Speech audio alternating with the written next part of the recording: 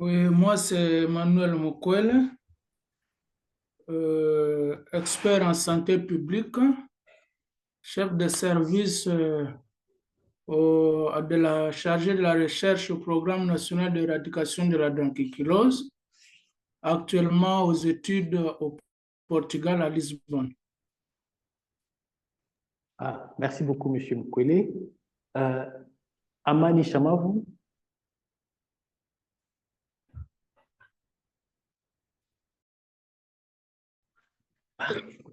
Et allô? Nous, c'est Amani Chamavu Emmanuel. J'appelle à partir de Bukavu, dans la République démocratique du Congo, Sud Kivu. Merci, bienvenue. Monsieur Coleman Viagbo.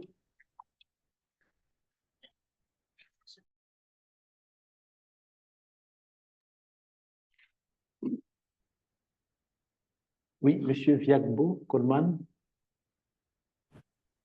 Allô, bonjour, docteur, bonjour à tous.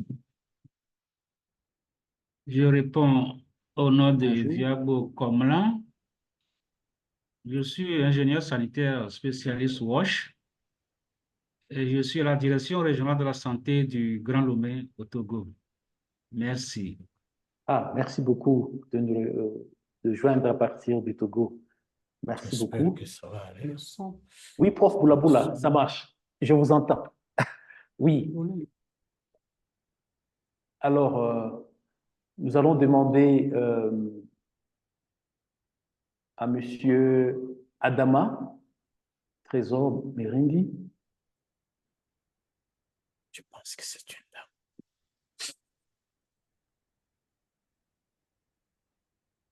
dame. Prof Boulaboula, merci. Nous pouvons vous suivre. Merci d'être là. Allô, allô? Oui. Je suis une dame, je disais. C'est Madame Oh, Madame Adama Adama. Merindi Trésor. Oui. Je suis experte en santé et développement communautaire et responsable de la faculté de santé et développement communautaire à l'UPG Bukavu. Merci beaucoup. Ah, merci beaucoup, Madame Adama, d'être avec nous. Désiré Bikouba. Merci beaucoup. Moi, c'est Désiré Bikouba. Je suis l'infirmier titulaire de la Croix-Rouge Bukavu, Sud Kivu. Donc, c'est en RDC. Merci beaucoup. Merci beaucoup, Désiré Bikouba. Rassoulou Ba.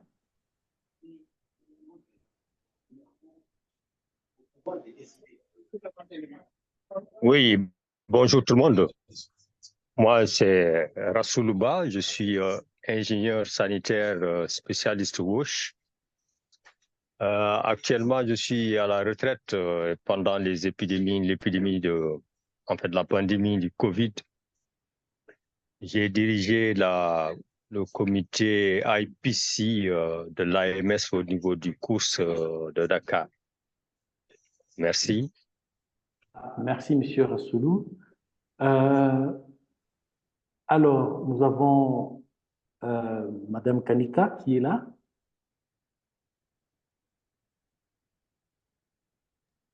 Bonjour à tous, je suis Kanika, je travaille avec le Congo. Merci.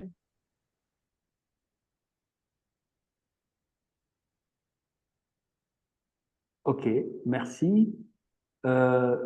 Numbi Dasilenu.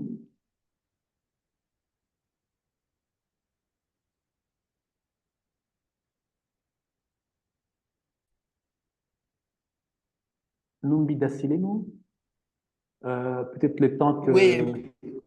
Oui, merci. Bonjour à tous. Je suis Dasilenu Numbi, ingénieur sanitaire, point focal promotion de la santé du district de Vaud. Merci. Ok. Merci, M. Numbi. Micheline Nguesson.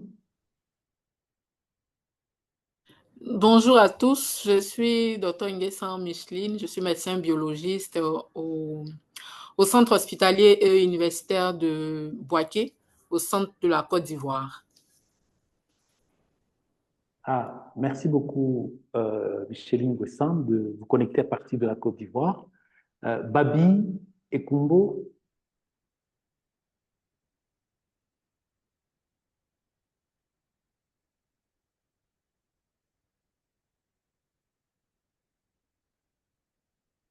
Babi Ekumbo. Alors, le temps que Babi Ekumbo se connecte, Valérie Chilombo. Grand merci. Moi, c'est Valérie Chilombo. Bonjour à tous.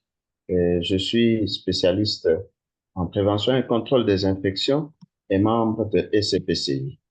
Merci. Merci Valérie Chilombo. César Djunga. Bonjour. Bonjour tout le monde. Moi, c'est César Djunga. Je suis expert sur RDC à Kinshasa. Je suis médecin et expert en santé environnement. Merci. Merci beaucoup, César Djunga. Urbain Atoum. Bonjour à tous, moi c'est Urbain Atoum, je suis médecin généraliste et membre du CTDGH. Merci beaucoup. Merci. Constant Ghislain.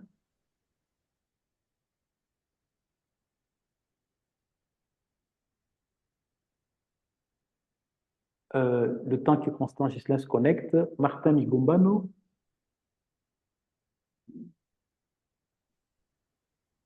Bonjour à tous, désolé, je suis un peu en retard là. Martin Migombano, médecin santé publique. Je travaille dans le secteur de la santé maternelle. Merci. Merci, Dr Martin Migombano. Amani Chamavu.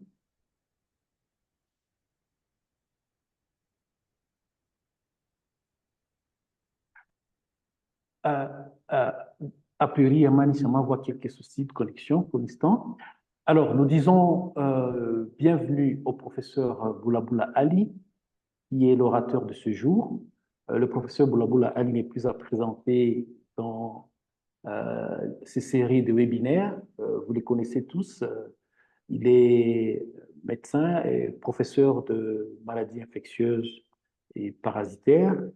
Il a un CV un peu plus long que ça. Donc, je vais juste le présenter en 30 secondes pour permettre à la conférence de ce jour de débuter et dont le titre est COVID-19, état des lieux du SARS-CoV-2, épidémie actuelle. Professeur Boulaboula, bienvenue. Merci beaucoup, professeur Resto, pour me donner la parole. Je salue tous les participants, tout en m'excusant pour ce retard. Le retard est dû à des soucis de connexion que nous avons. J'étais déjà connecté, mais une chute de courant a fait partir le tout. Il fallait recommencer.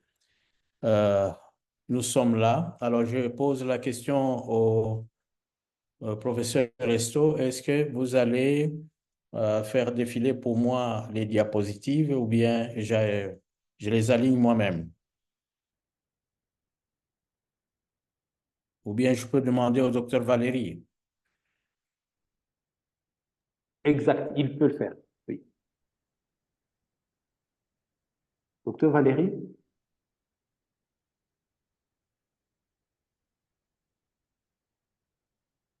Oui, professeur.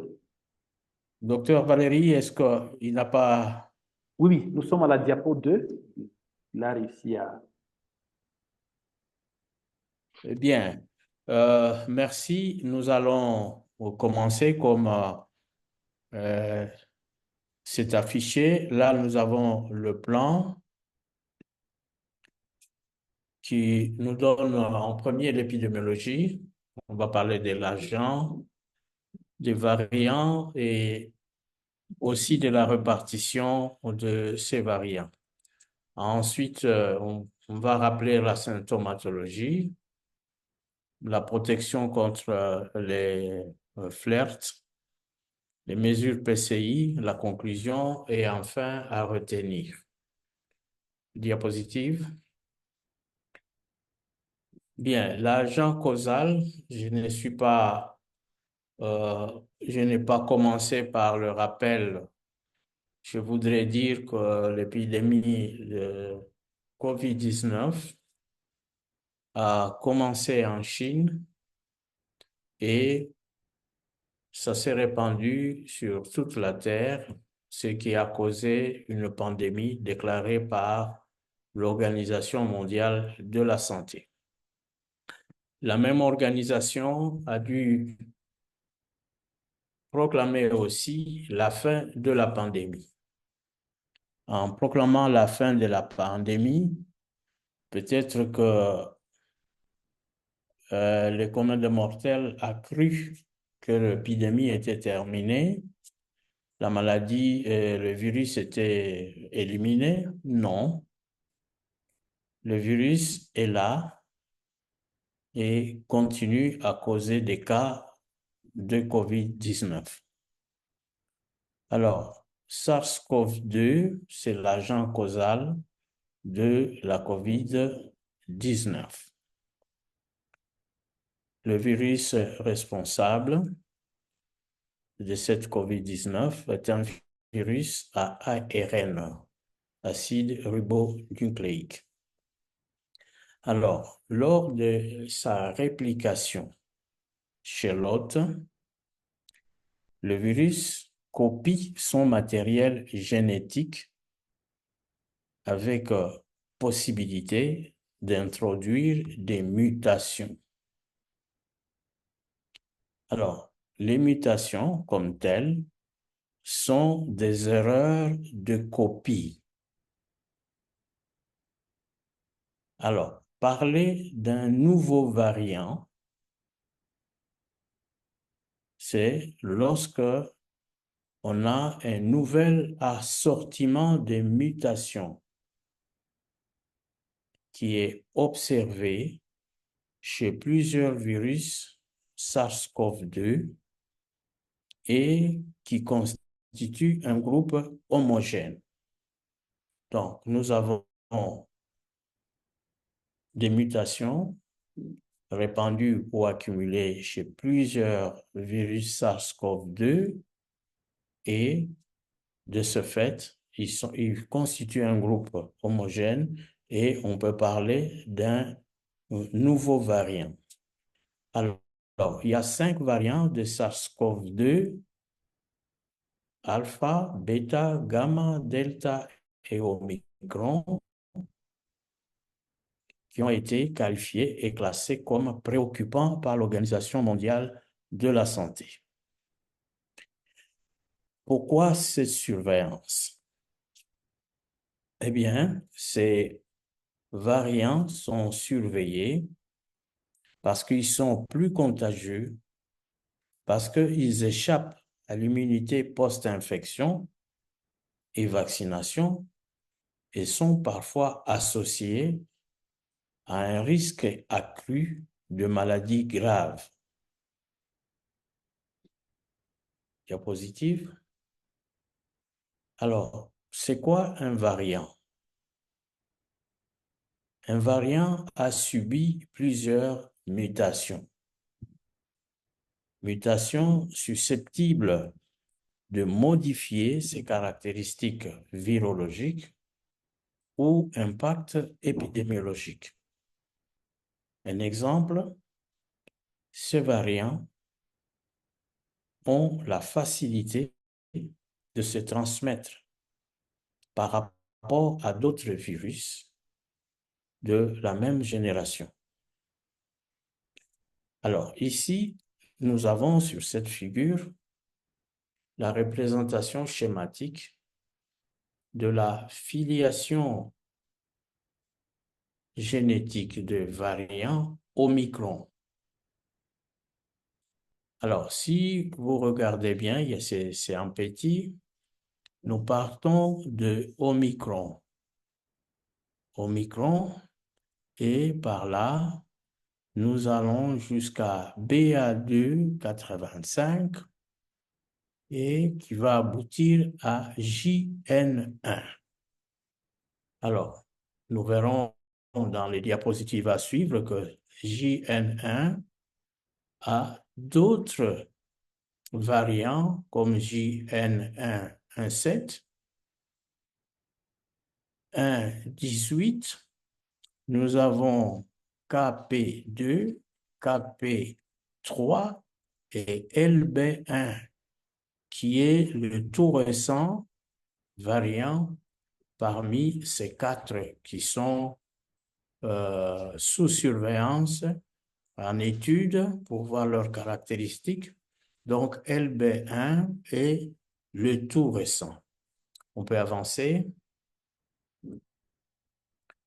Alors, un acronyme, variant FLIRT, désignant un groupe ou une famille de variants différents dont la dénomination commence par KP ou JN. Là, ce n'est pas P, c'est N.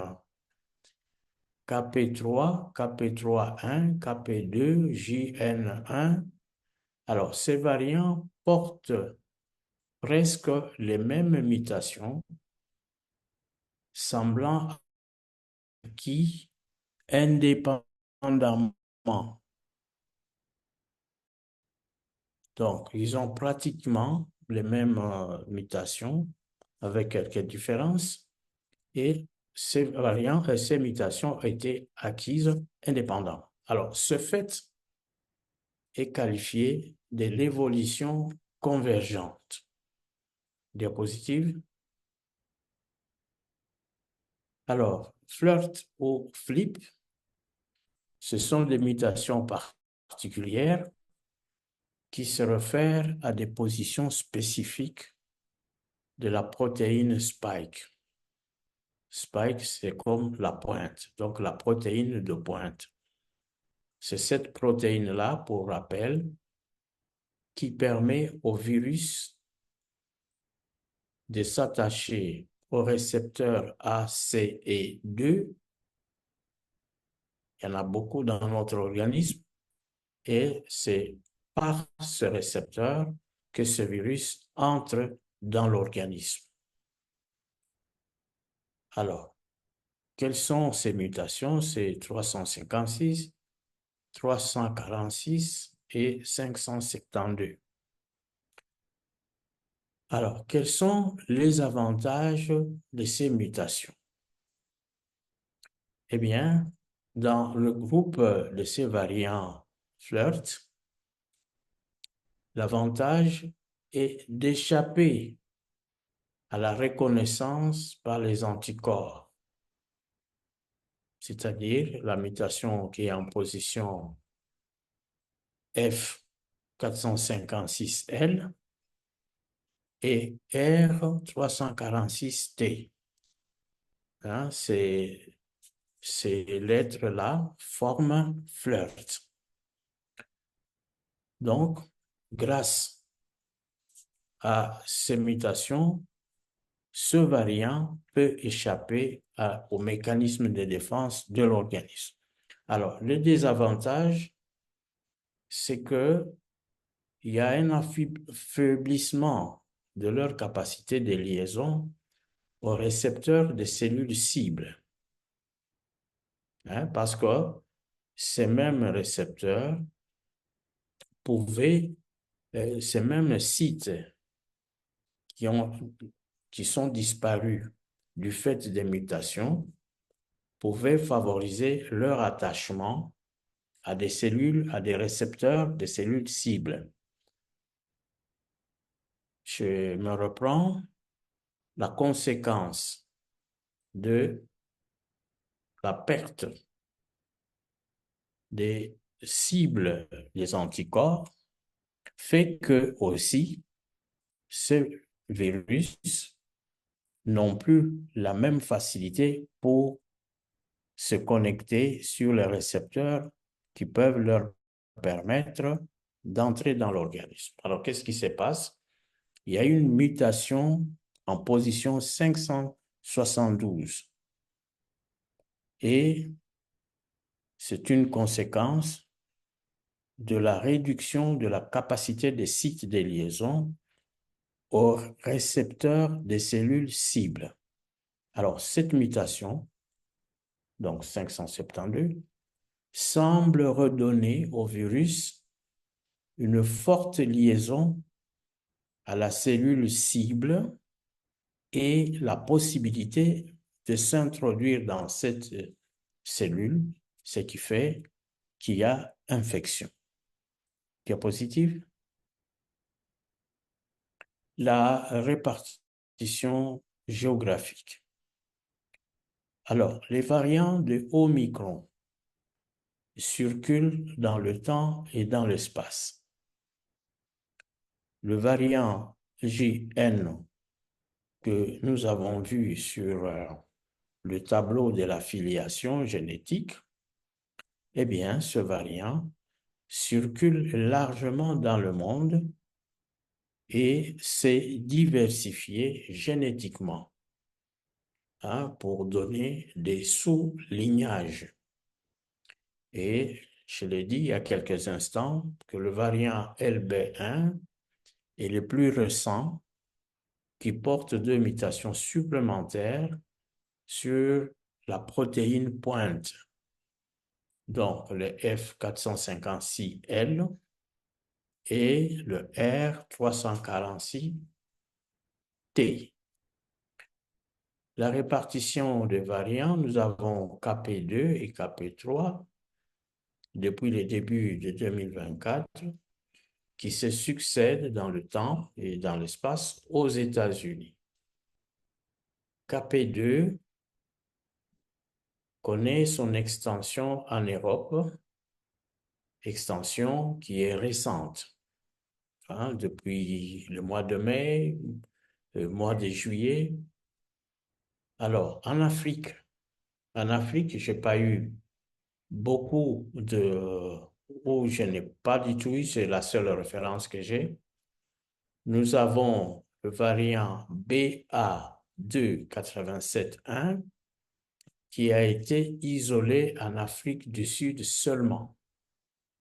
On ne l'a pas encore isolé aux États-Unis ou ailleurs. Diapositive. Diapositive.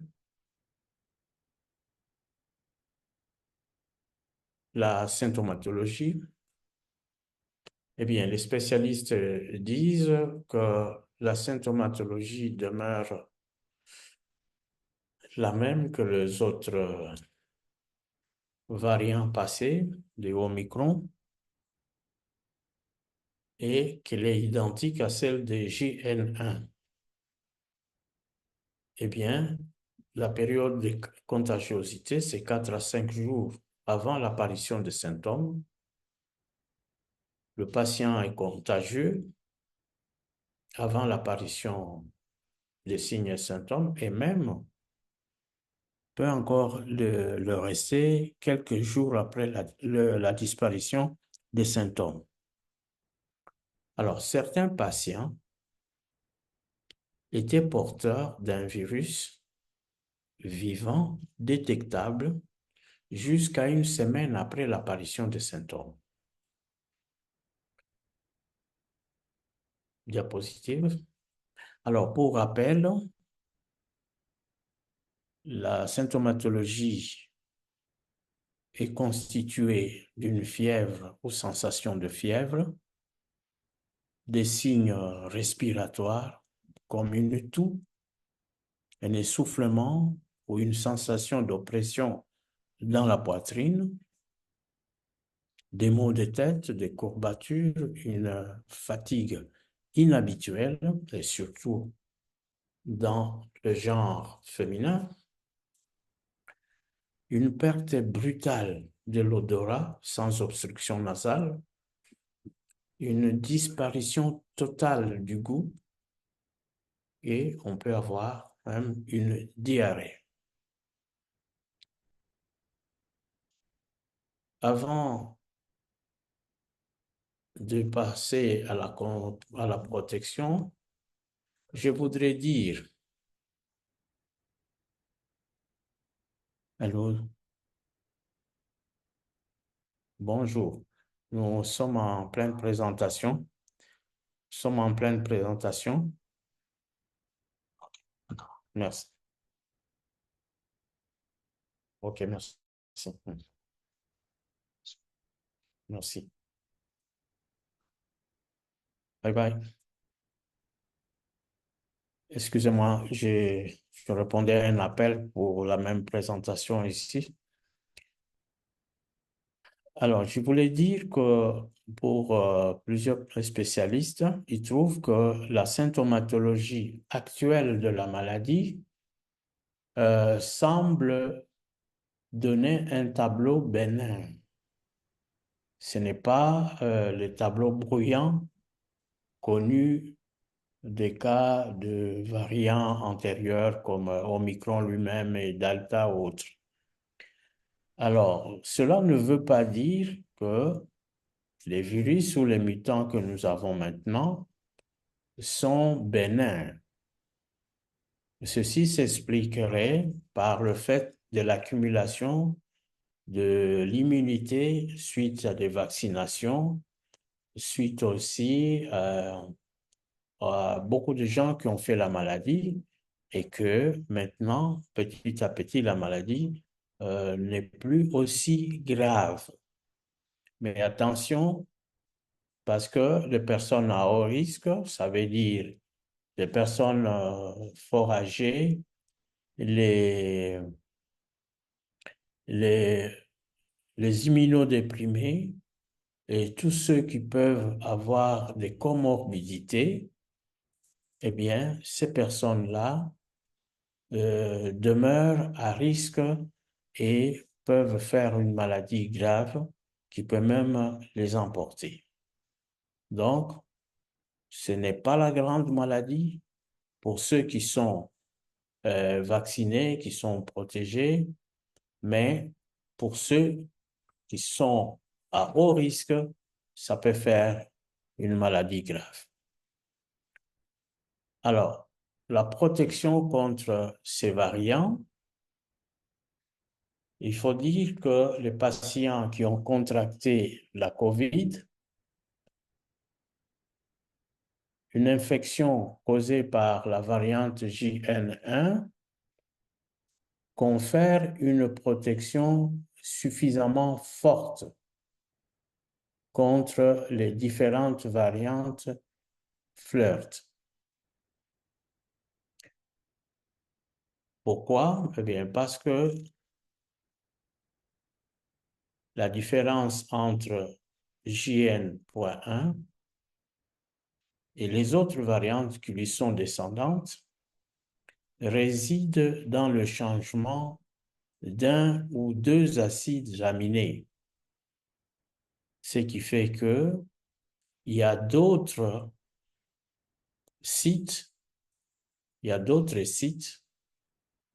qui peuvent être l'endroit où les anticorps peuvent s'attacher. Les mesures PCI demeurent les mêmes. Les précautions standards, les précautions additionnelles, l'utilisation des équipements de protection personnelle.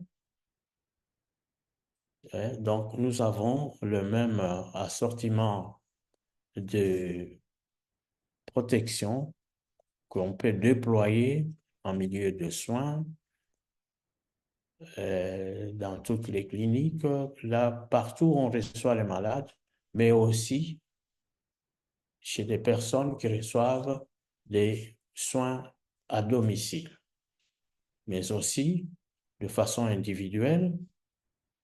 Quand vous allez à des endroits où il y a beaucoup de gens, moins aérés, ainsi de suite, il faut toujours appliquer ces précautions recommandées. Diapositive. Comme conclusion, nous allons dire que la COVID-19 n'est pas derrière nous. La maladie continue et le virus court sous l'emprise des variants sous surveillance, notamment les sous-lignées de JN1, qui sont descendants de Omicron. La clinique semble bénigne, mais pas pour les personnes à risque élevé, c'est-à-dire les personnes avec comorbidité, les immunodéprimés. Les mesures PCI demeurent valables. Alors, que dire du vaccin? Les vaccins pour ces nouveaux variants, on se pose encore des questions si les nouveaux vaccins mis au point l'année dernière, si ce vaccin peut être valable à ces formes qui sont récentes. Parce que le vaccin qui a été mis au point était fabriqué à partir d'autres variants qui ont précédé ceci.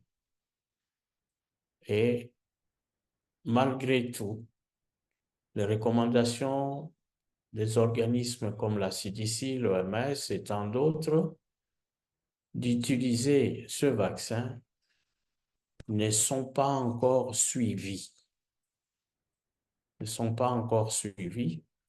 Ce qui fait douter de l'efficacité de ce vaccin contre ces nouveaux variants. Que pouvons-nous retenir? Diapositive.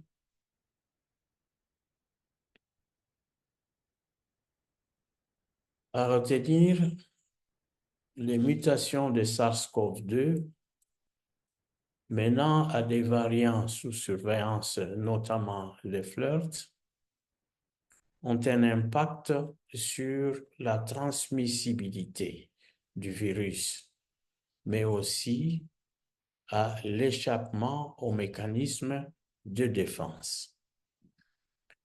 La symptomatologie semble bénigne à cause de l'immunité croissante dans la population et non au fait que le virus soit bénin, car les personnes à haut risque, lisez les personnes à haut risque, en payent les frais. Je vous remercie.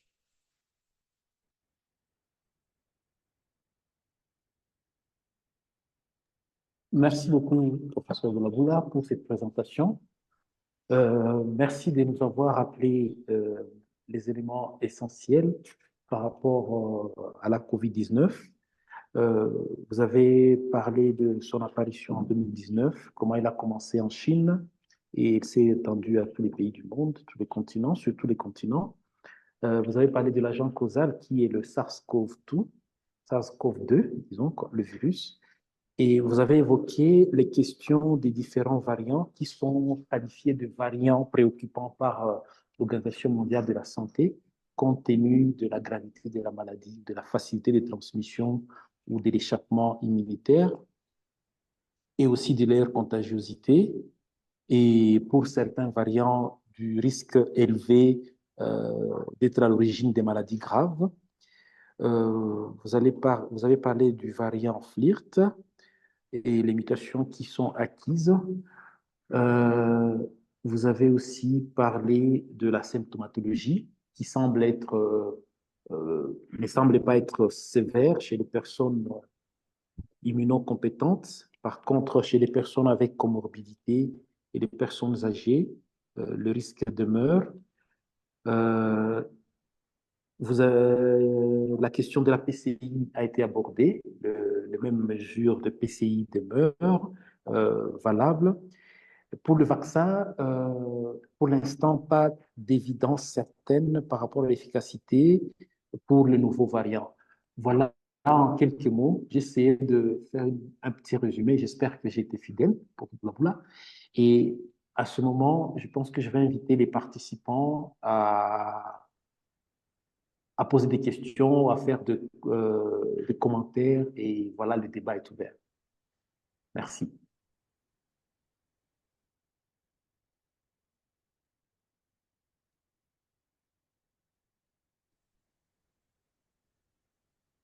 Voilà. Oui, Monsieur Valérie Chilombo, oui, vous avez la parole. Merci beaucoup, cher professeur, et merci pour la parole accordée, monsieur le modérateur. J'aimerais un peu, j'ai une question en moi qui surgit.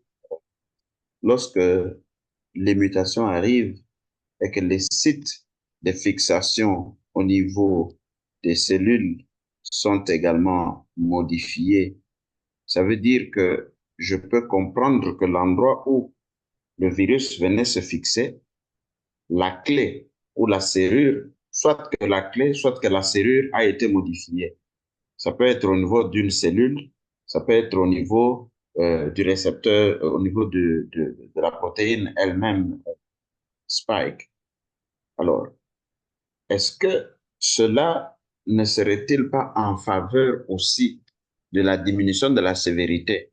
Si peu de cellules peuvent être infectées, par exemple, de suite à une mutation, ça veut dire que on aura moins de cellules qui seront affectées et que, en ce moment-là, le virus pourrait progressivement arriver à perdre sa nocivité. Est-ce que les deux angles ne sont-ils pas à considérer dans le sens de la diminution de cette sévérité de la maladie? Merci. Merci, Alors, docteur Valéry. Merci, docteur Valéry. Si le modérateur me l'autorise. Bien sûr, prof. Merci. Au fait, nous avons des mutations et ces mutations ont un avantage et un désavantage, ou des avantages et des désavantages. Ces mutations arrivent à faire échapper le virus dont la protéine de pointe a subi des mutations à certains endroits et qui sont des endroits clés où les anticorps de l'organisme peuvent se fixer. Mais il s'est fait aussi que les scientifiques ont remarqué qu'en perdant ces sites où les anticorps peuvent se greffer sur le virus pour l'arrêter de progresser, eh bien, rendent le virus moins sensible pour se fixer sur les récepteurs des cellules cibles. Mais on a vu tout de suite qu'il y a encore une mutation qui survient pour corriger cette faiblesse pour se fixer et lui donne la possibilité maintenant de se fixer, que cette protéine pointe, la spike, puisse se fixer maintenant plus efficacement sur les récepteurs A, C et 2. Bizarre, mais c'est comme ça qu'on a vu la mutation en position 472. Mais qu'on ne tienne pas, le virus change, mute, c'est considéré comme normal et toutes les mutations n'ont pas de, comment je dirais, n'ont pas de conséquences. Beaucoup de mutations se font, mais n'ont pas de conséquences. Mais vous avez terminé en posant la question si ce ne serait pas favorable un jour. Mais oui, parce que tant de virus par le passé, en commettant des erreurs de copie, finiront par commettre des erreurs qui leur seront fatales. Parce que le virus de la grippe tel qu'il est vécu aujourd'hui, ce n'est pas ce qu'il était il y a autant d'années. Il y a autant d'années. Hein, ça faisait des ravages, mais à force de commettre des erreurs, leur virulence va finir par se perdre. Qui vivra, verra.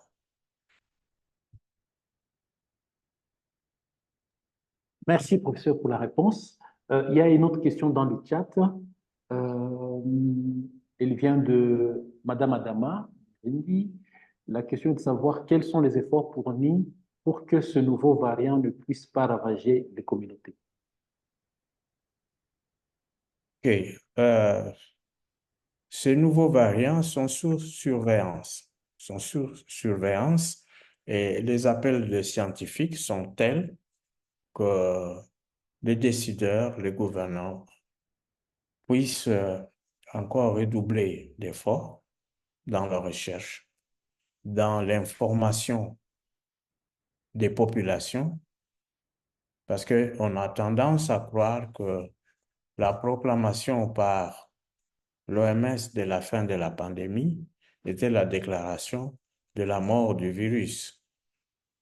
Donc, on est en train d'observer, et si pendant la période chaude de l'été, en Europe, en Occident, et les gens craignaient qu'il y ait une explosion, et comme on n'a pas encore entendu, mais le nombre de gens qui consultent et qui sont hospitalisés va progressivement en augmentant.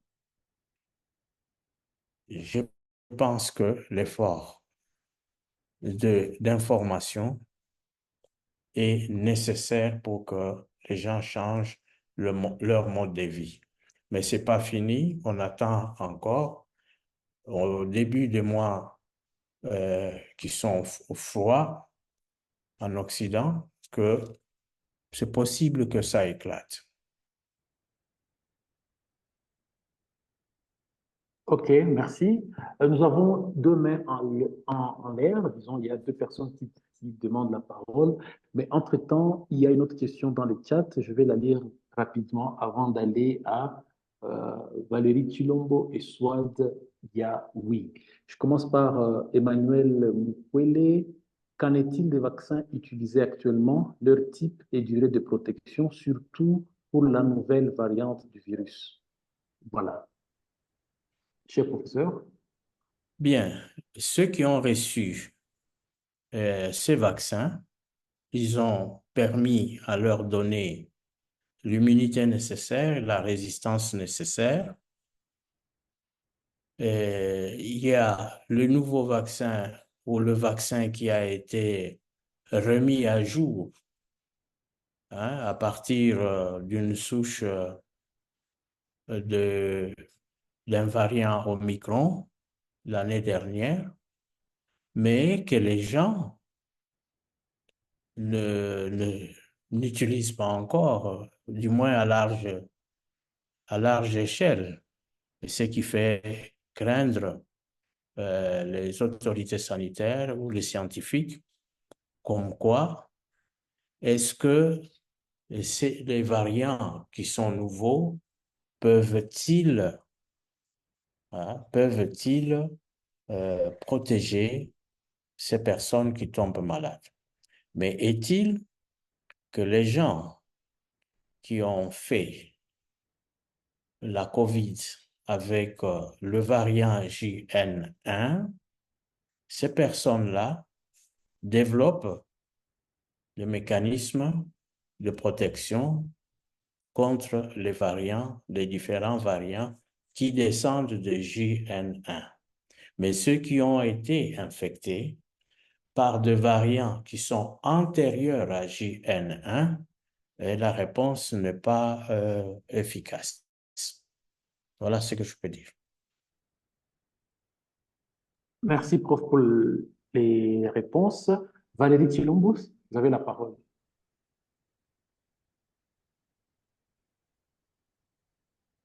Merci pour la parole. J'aimerais bien rajouter un peu à ce que le prof a dit. Il souligne bien qu'il y a des efforts qui sont fournis dans le but de pouvoir informer les gens. Et voilà qu'aujourd'hui, la session d'aujourd'hui, l'effort a été que nous puissions être informés. Mais alors, il y a beaucoup de choses qu'il faille dire du monde de cette surveillance SARS-CoV-2. Eh bien, il y a des pays qui se sont mis et qui font le travail scientifique de pouvoir faire cette surveillance. C'est ainsi qu'on a découvert, c'est ainsi qu'on a mis en vue, c'est ainsi qu'on a dû apporter à connaissance des uns et des autres de l'existence, justement, de ce variant.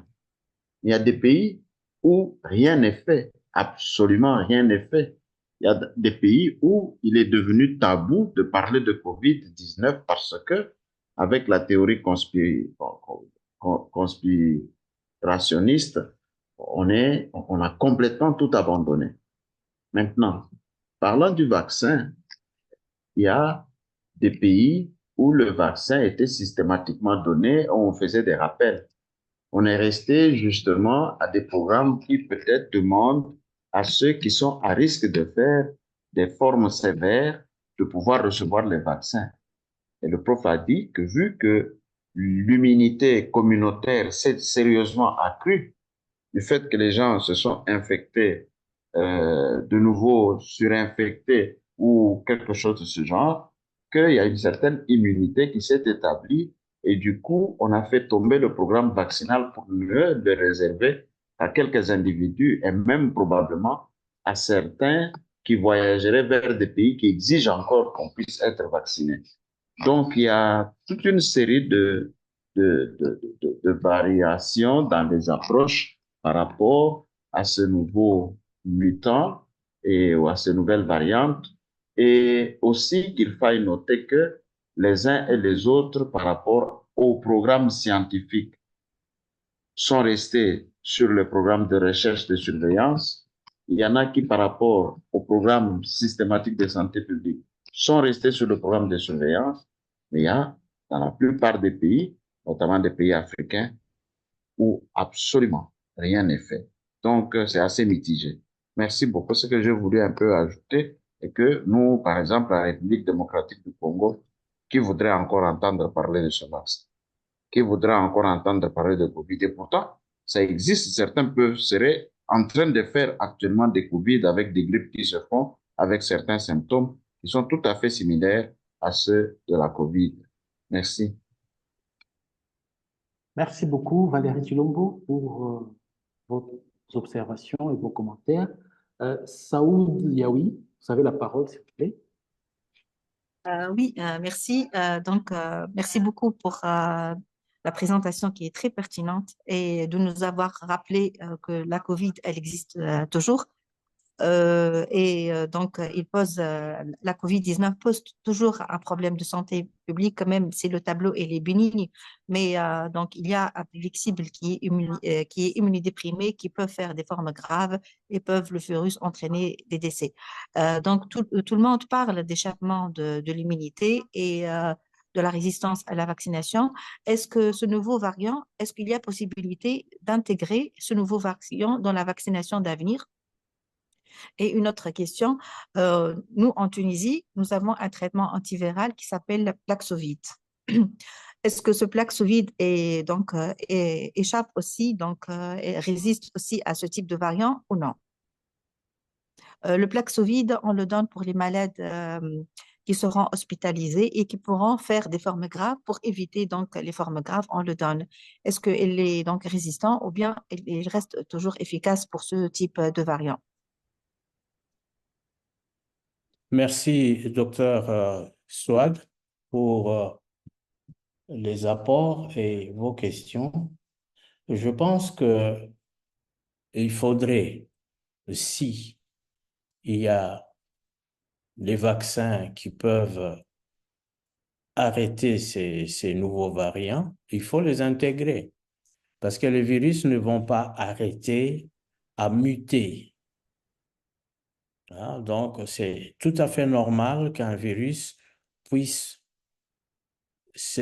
en se repliquant, puisse muter, commettre des erreurs qui vont aboutir, quand ces erreurs s'accumulent, aboutir à des mutants qui sont des variants, et ces variants qui vont nécessiter d'autres outils plus efficaces pour arrêter son extension. Je pense qu'il faut introduire, s'il y a des vaccins qui répondent mieux et qui arrêtent, qui protègent suffisamment les populations, il faut intégrer ces vaccins dans les vaccins de tous les jours.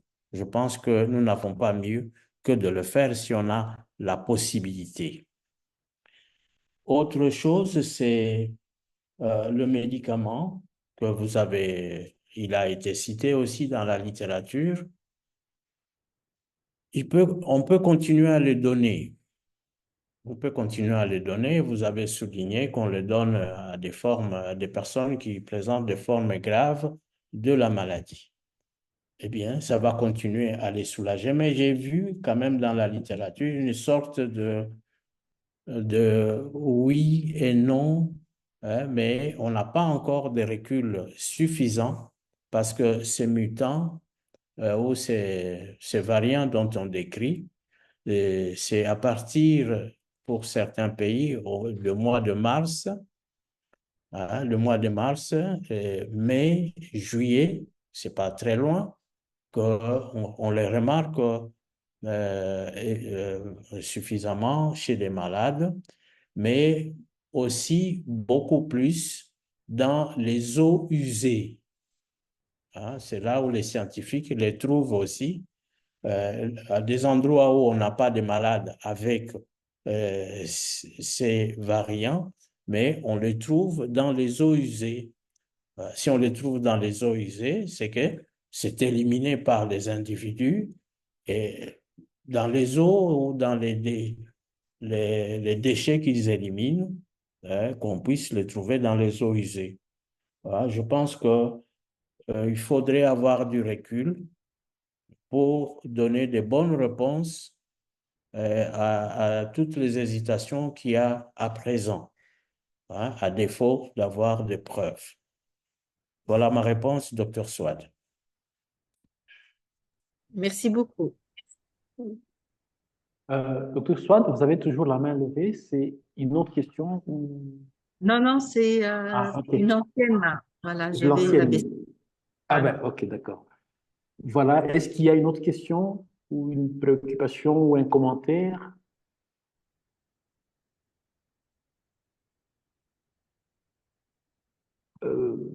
A priori, non.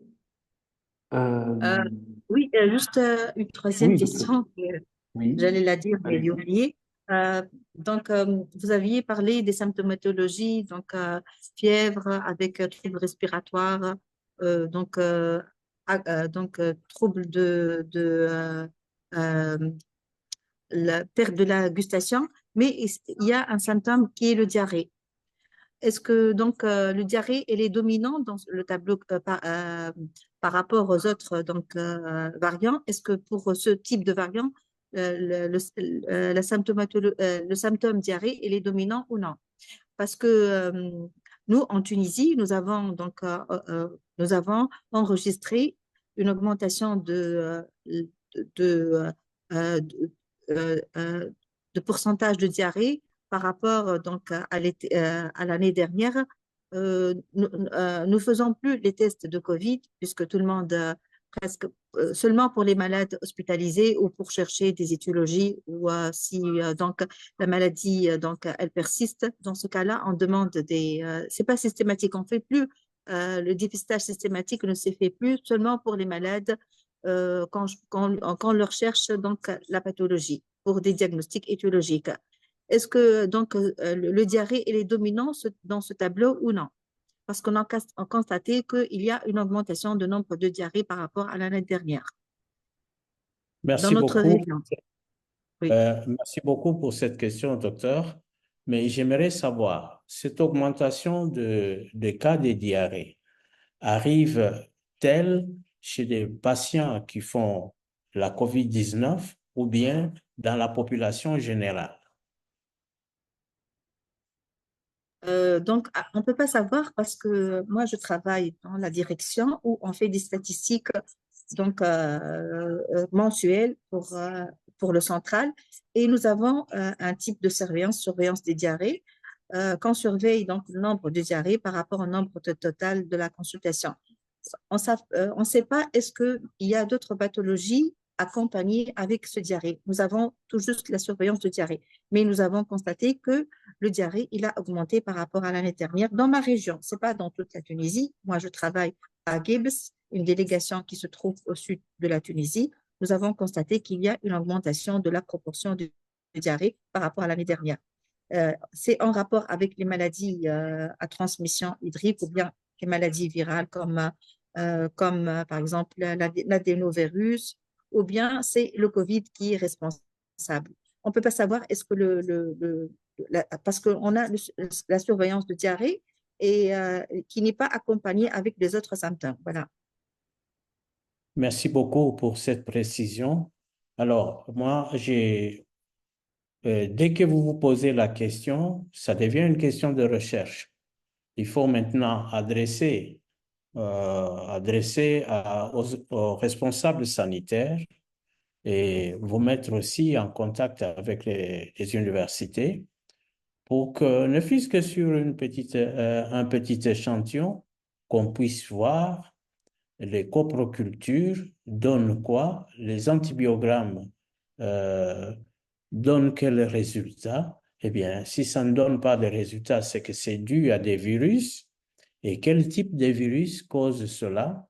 Voir aussi le rapport avec les personnes qui font la COVID-19 ou les personnes qui font la COVID longue, hein, parce que nous devons maintenant faire la distinction entre la COVID-19 en cours ou qui s'est terminée et la COVID longue, parce que des personnes qui ont fait la COVID-19,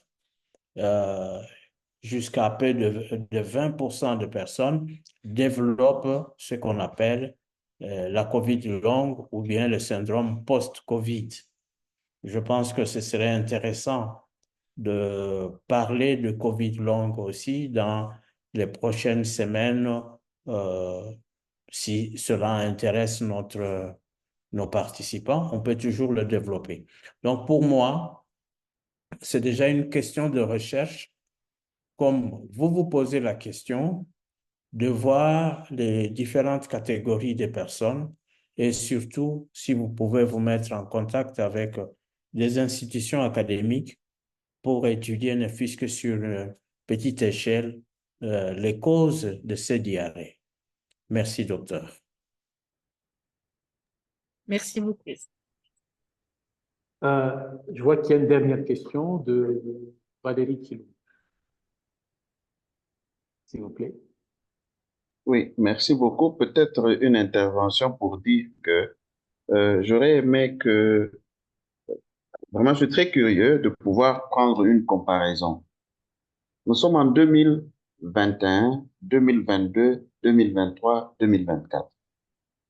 Il serait mieux de faire une comparaison entre les données actuelles sur ces diarrhées à la même période. D'abord, j'aimerais préciser que si l'on regarde bien, je m'imagine qu'on est dans l'hémisphère nord où les températures sont excessivement élevées dans certains pays et que le risque qui est là, c'est que on puisse avoir une très grande facilité des maladies qui sont liées à une pas très bonne hygiène des mains. En dehors de ça, il serait mieux de comparer les statistiques de cette même période à celles de la même période avant Covid pour voir si cela ne serait pas pareil. Parce qu'il a été constaté que pendant la Covid, les maladies diarrhéiques avaient aussi baissé du fait d'une très bonne amélioration de l'hygiène des mains. Et progressivement, pendant que nous sommes en train de marcher, en quittant 2022, 2021, 2022, 2023, l'habitude acquise d'hygiène des mains pendant cette période est en train de se perdre progressivement. Et du coup, les anciennes habitudes rentrent. Même dans les structures de santé, au jour d'aujourd'hui, tout ce qui a été mis comme stratégie, tout ce qui a été mis comme infrastructure, eh bien, il y a des choses qui sont tombées. Les jeunes demain, avant d'entrer dans une formation sanitaire, avant de sortir d'une formation sanitaire, toutes ces habitudes sont perdues. Et même celles qui étaient communautaires, regardez au niveau des alimentations, des supermarchés, au niveau des marchés, au niveau des services publics, toutes ces choses ont disparu.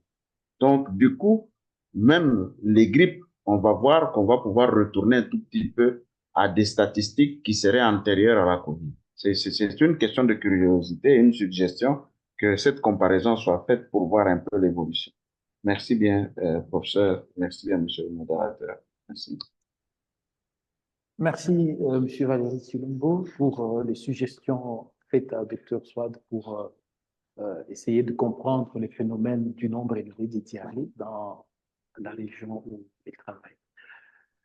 Alors, comme il n'y a plus de questions et d'autres commentaires,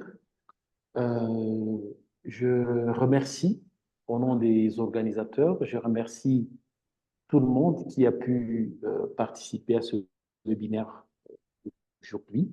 Un remerciement aussi au professeur Boulaboula qui a pris de son temps pour nous présenter le sujet de ce jour. Alors, je vois que dans le chat, il y a quelques commentaires par rapport au fait d'avoir le certificat et d'avoir la présentation d'aujourd'hui et la dernière. Merci. Cela sera pris en charge par l'organisation. Merci. Alors, je vais souhaiter à tout le monde une bonne suite de la journée et un bon week-end. Et on se donne rendez-vous pour le prochain webinaire. Merci et à bientôt. Merci beaucoup, Prof. Baïsire, pour la modération. Je remercie aussi tous les participants de venir au rendez-vous de vendredi. Je vous souhaite aussi un bon début de week-end et j'espère que nous allons nous rencontrer encore le vendredi prochain pour un autre sujet qui se rapporte à la COVID-19. Merci. Mais n'oubliez pas de remplir la fiche sur l'appréciation de la session. Et pour la question des certificats, on ne donne pas de certificats à chaque session. Peut-être que nous allons introduire cela les années à venir ou l'année prochaine, mais venez apprendre, venez contribuer, pas seulement pour avoir le certificat. Ce n'est qu'une conséquence, le certificat, mais ce qu'on retient mieux, ça vaut la peine. Merci bien. Merci à tous. À la prochaine. Voilà. Merci beaucoup, prof. Un petit rappel encore pour que les gens complètent le feedback par rapport à la réunion de ce jour. Et merci. Bye bye. Bye bye. Merci. Bye bye. Bye bye. Bonne journée à tous. Merci. Merci. Bye bye. Bye bye. Merci beaucoup à tous. Merci.